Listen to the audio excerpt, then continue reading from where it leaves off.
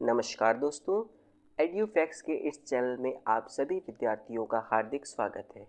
आशा करते हैं आप सभी की पढ़ाई बहुत अच्छे से चल रही होगी। आज इस समय अभी तक जो है हम यूपी स्पेशल की क्लासेस को कंटिन्यू कर रहे हैं। जो हमने लास्ट क्लास देखी थी वह यूपी स्पेशल में उत्तर प्रदेश का भूगोल थी। उसकी भौतिक संरचना के बारे में हमने कुछ थोड़ा ही बहुत पढ़ा था। अभी उसी को आगे हम कंटिन्यू करते हैं। तो उसी क्लासेस में हम पीडीएफ में अभी लाइन बाय लाइन आगे जाके पढ़ेंगे। उससे पहले कुछ हम अलग तरह से एक एक पॉइंट बाय पॉइंट चीज़ों को समझ लेते हैं कि किस तरह से उत्तर प्रदेश का भौतिक विभाजन किया गया है, उसकी संरचना क्या रही है। तो एक एक बिंदुओं को अब हम समझते चलते हैं।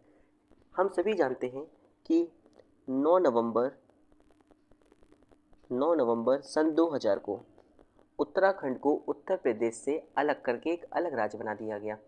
इससे पहले क्या था, उत्तर प्रदेश और उत्तराखंड दोनों सम्मिलित रूप से एक ही राज्य हुआ करते थे, जिसमें कि जो उत्तराखंड था और जब सम्मिलित राज्य हुआ करते थे तो उस समय सम्मिलित राज्य को हम पढ़ने के लिए इसको 3 भौतिक संरचनाओं में विभाजित करते, 3 भौगोलिक क्षेत्रों में विभाजित करके इसका अध्ययन करते थे।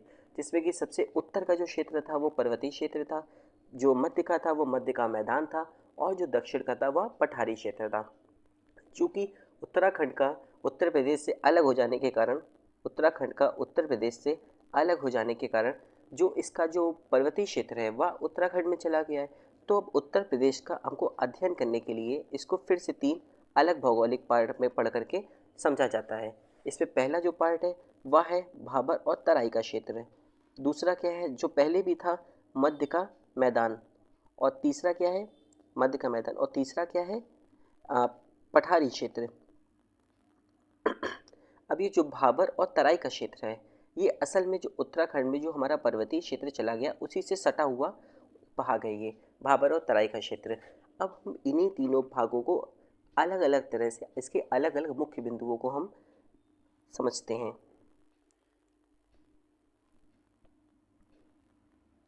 जिसमें सबसे पहले हम देखेंगे भाबर और तराई का क्षेत्र।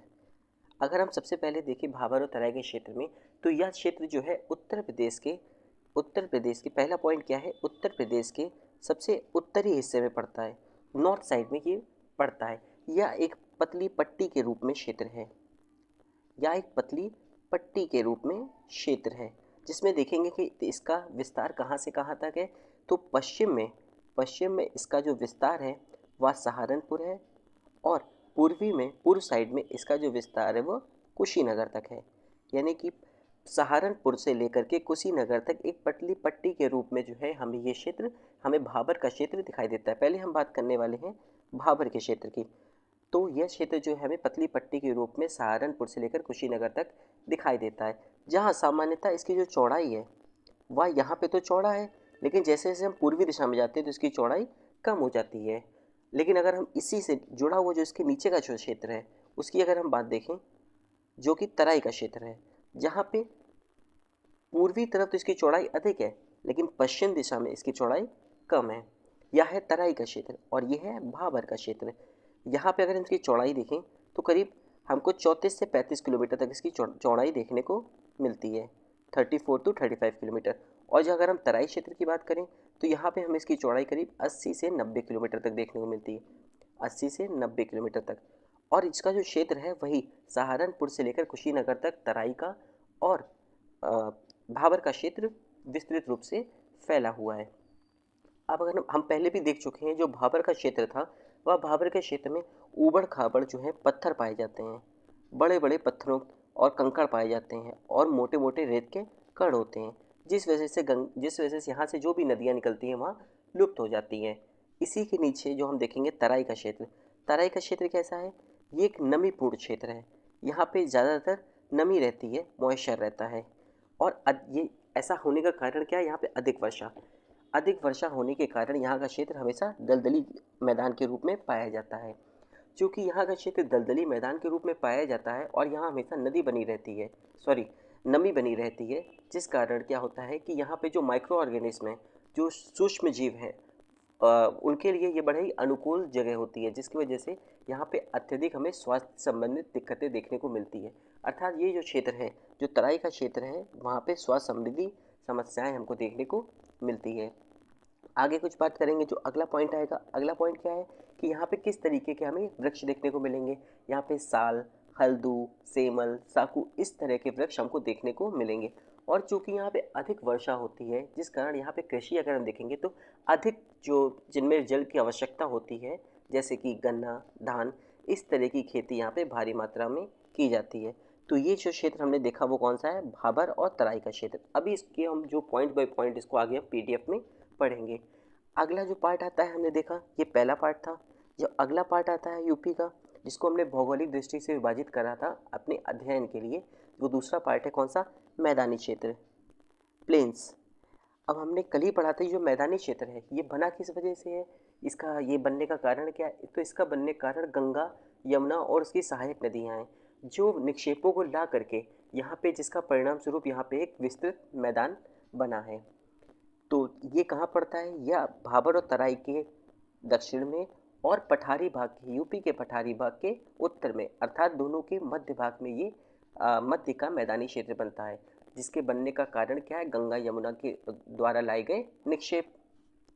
अब इसमें जो गंगा की जो नदी है, उसकी सहायक नदियाँ हैं, जैसे कि यमुना, घाघरा, गोमती, शारदा, राप्ती, रामगंगा, गंडक, इनके द्वारा जो कांप मिट्टी, कीचड़, बालू, ये सब जो लाया जाता है, उसके द्वारा ही ये विस्तृत मैदान तैयार हुआ है। अब सामान्यतः अगर इसकी ऊंचाई की बात करी जाए, जो अगला पॉइंट आता है इसमें पढ़ने के लिए, जिसकी ऊंचाई की बात करी जाए, वो करीब 80 से लेकर के 300 मीटर तक है। और अगर इसी में अगला पॉइंट हम देखें तो इसकी ढाल, इसका ढाल किस तरफ है, अगर आपने गौर किया हो हमेशा, तो गंगा नदी या फिर यमुना नदी, जो भी नदियाँ आती हैं, गंगा नदी जो जा करके पश्चिम बे ऑफ बंगाल में, बंगाल की खाड़ी में जा करके जो समुद्र से मिल जाती है, उसका ढाल किस तरफ है, उसका ढाल इस तरफ है, यानी कि उत्तर पश्चिम से लेकर के दक्षिण पूर्व, उत्तर पश्चिम से दक्षिण पूर्व की तरफ ढाल है। इसी ढाल के कारण जो नदियाँ भी हैं वह उत्तर पश्चिम से दक्षिण पूर्व की तरफ बहती हैं और जाके समुद्र में, बंगाल की खाड़ी में मिल जाती हैं। तो अगर हमसे नॉर्मली पूछा जाएगा कि जो मैदानी भाग है उत्तर प्रदेश का, उसका ढाल किस तरफ है, तो वह उत्तर पश्चिम से दक्षिण पूर्व की तरफ इसका ढाल है। अब जो नदियों द्वारा ये जो कांप मिट्टी लाई गई है, अगला जो मेन पॉइंट है जो आप पहले भी थोड़ा पढ़ चुके हैं, इसके बारे में एक बार फिर से देख लेते हैं कि जो नदियों द्वारा जो कांप मिट्टी लाई गई है, उसके आधार पर इस मैदान को दो भागों में विभाजित किया जाता है। वो दो भाग कौन कौन से हैं, पहला बांगर और दूसरा खादर। बांगर और खादर के बारे में हम पहले लेक्चर में भी पढ़ चुके हैं। फिर से एक बार इसको देख लेते हैं कि बांगर क्षेत्र क्या है। बांगर क्षेत्र को हमने समझा था कि भंगार से रिलेटेड, यानी कि कबाड़ से रिलेटेड, अर्थात यहाँ पे क्या था कि जहाँ पे बाढ़ का पानी, नदियों का जो पानी है वह पहुँच नहीं पाता है और पुरानी जो काप मिट्टी है उसी का ही जमाव बना रहता है, जिस वजह से यहाँ पे कृषि भी इतनी नहीं हो पाती है। तो ऐसे क्षेत्र को हम लोग क्या कहते हैं, ऐसे क्षेत्र को हम लोग भाबर का क्षेत्र, बांगर का क्षेत्र कहते हैं, सॉरी, बांगर का क्षेत्र।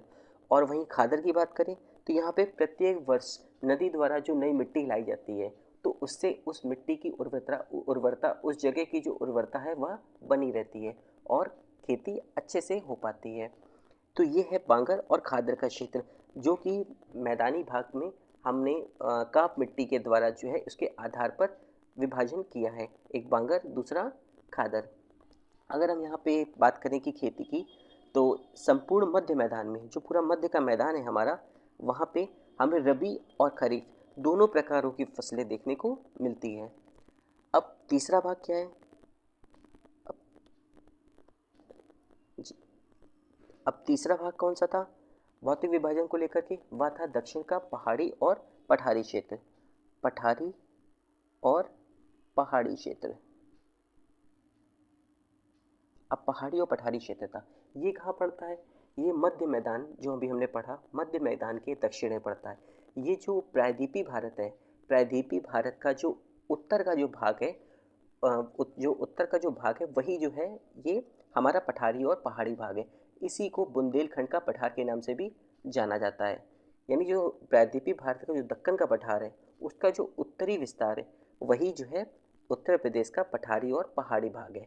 इसी को बुंदेलखंड का पठार भी कहा जाता है।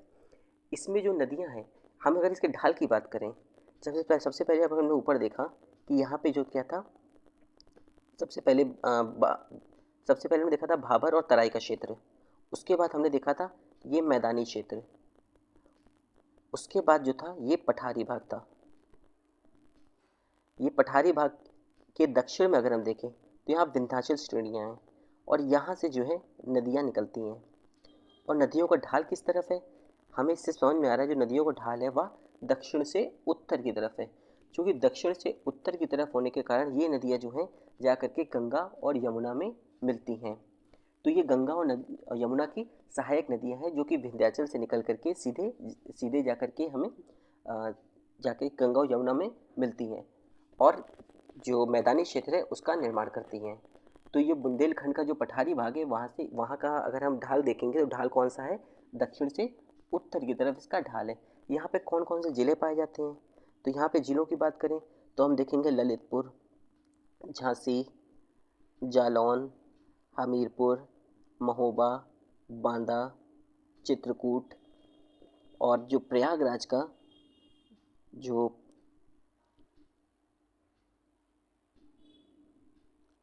प्रयागराज का जो दक्षिणी भाग है वह आ जाएगा और जो मिर्ज़ापुर का जो गंगा के दक्षिण का भाग है वह भी आ जाएगा और साथ में सोनभद्र और चंदौली का क्षेत्र भी सम्मिलित हो जाएगा।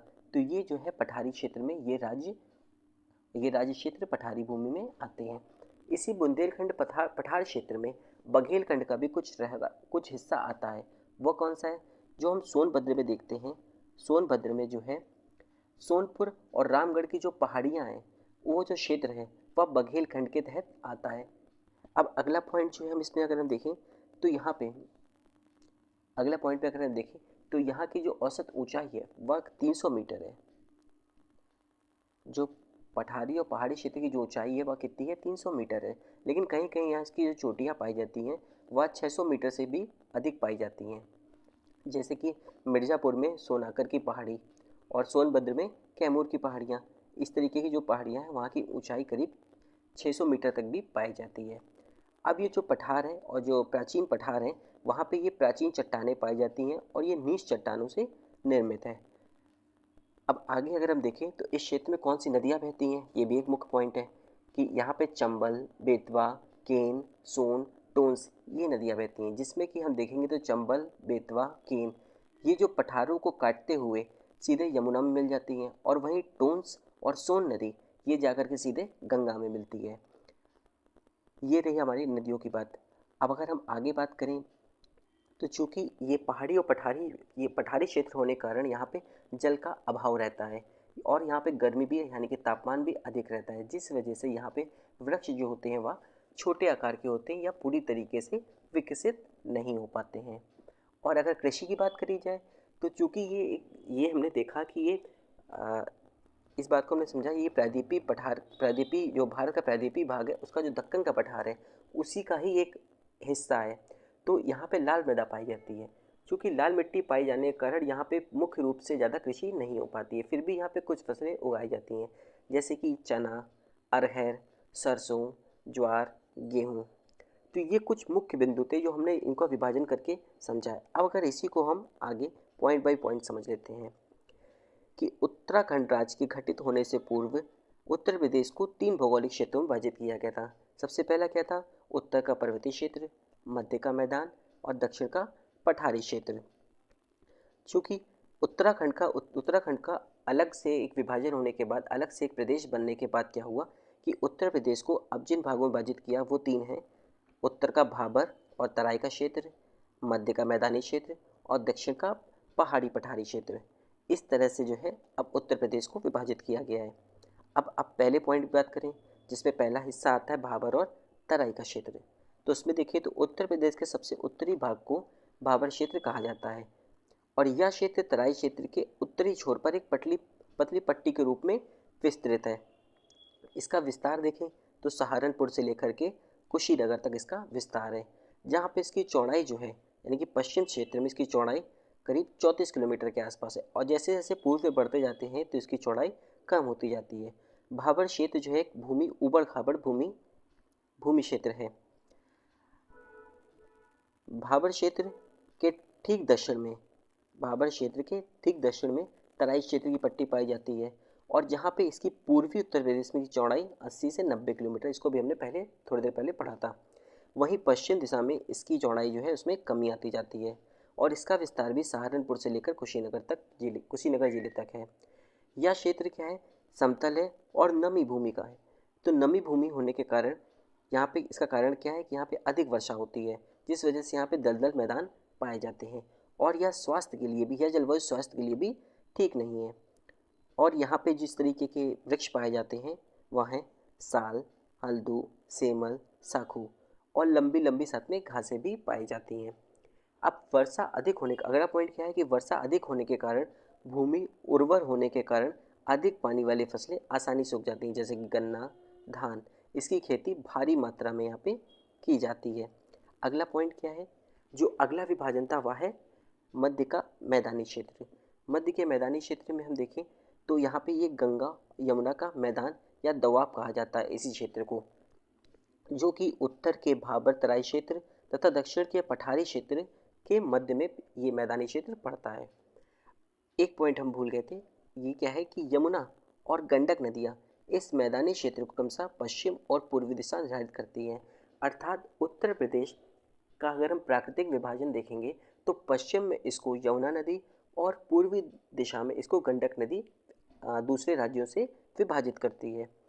यह मैदान गंगा व उसकी सहायक नदियों द्वारा लाई गई काप मिट्टी, कीचड़ और बालू द्वारा निर्मित एक अत्यंत उपजाऊ क्षेत्र है।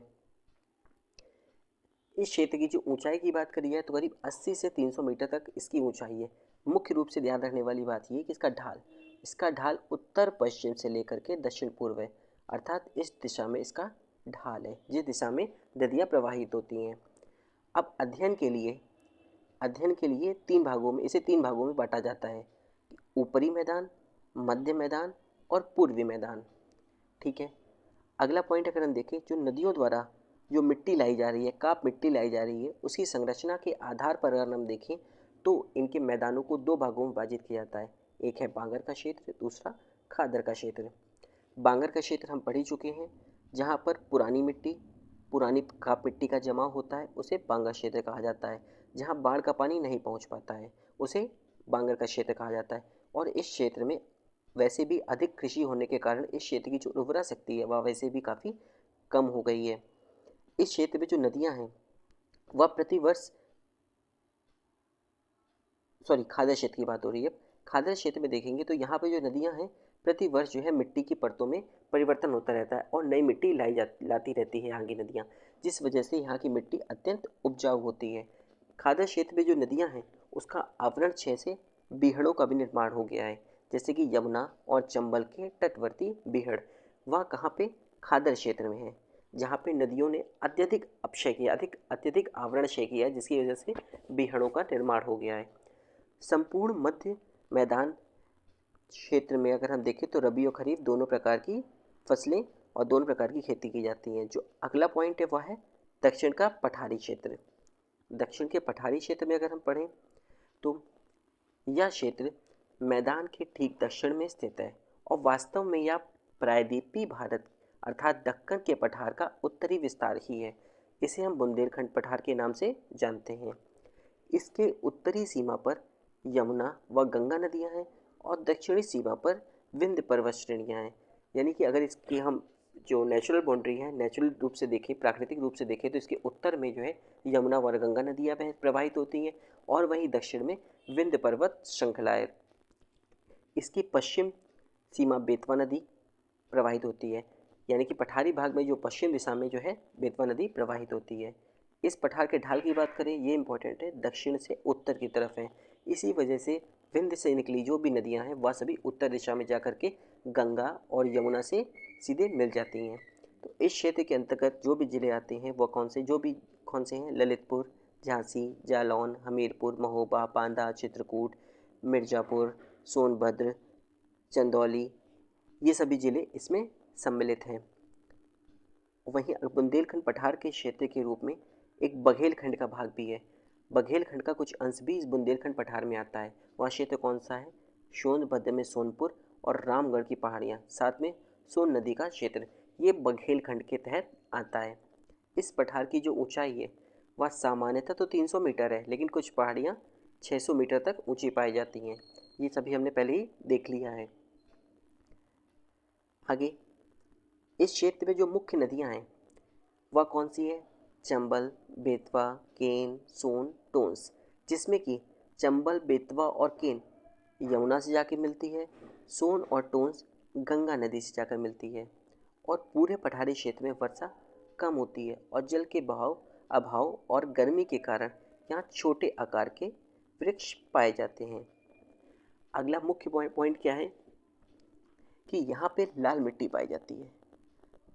लाल मिट्टी पाई जाती है जिस वजह से यहाँ की भूमि कृषि इतनी उपयुक्त नहीं है, ठीक है। लेकिन फिर भी यहाँ पे कुछ फसलें होती हैं जैसे कि चना, अरहर, सरसों, ज्वार, गेहूँ। तो आज का हमारा जो पॉइंट था पढ़ने वाला वह इतना ही था, जिसमें हमने देखा उत्तर प्रदेश का भौतिक विभाजन, जिसमें हमने इसको 3 भागों में विभाजित करके समझा। उत्तर का भाबर और तराई का क्षेत्र, मध्य का मैदानी क्षेत्र और दक्षिण का पठारी और पहाड़ी क्षेत्र। जो हमारा अगला लेक्चर होगा वह उत्तर प्रदेश की जलवायु, उसके क्लाइमेट को लेकर के होगा। तो आपको आज की क्लास कैसी लगी प्लीज़ हमें कमेंट करके बताएं। धन्यवाद।